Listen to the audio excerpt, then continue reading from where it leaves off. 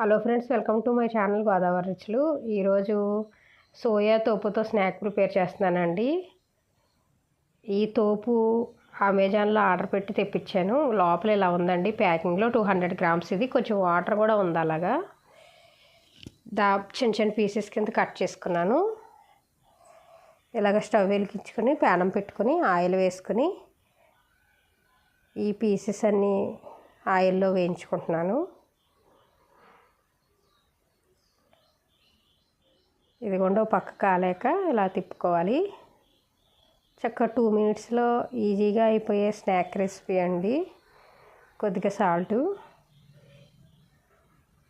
కారం, మసాలా పొడి మొత్తం బాగా మిక్స్ చేసుకుని స్టవ్ ఆఫ్ చేసేసుకోవాలి. టేస్ట్ మాత్రం చాలా బాగా వచ్చింది.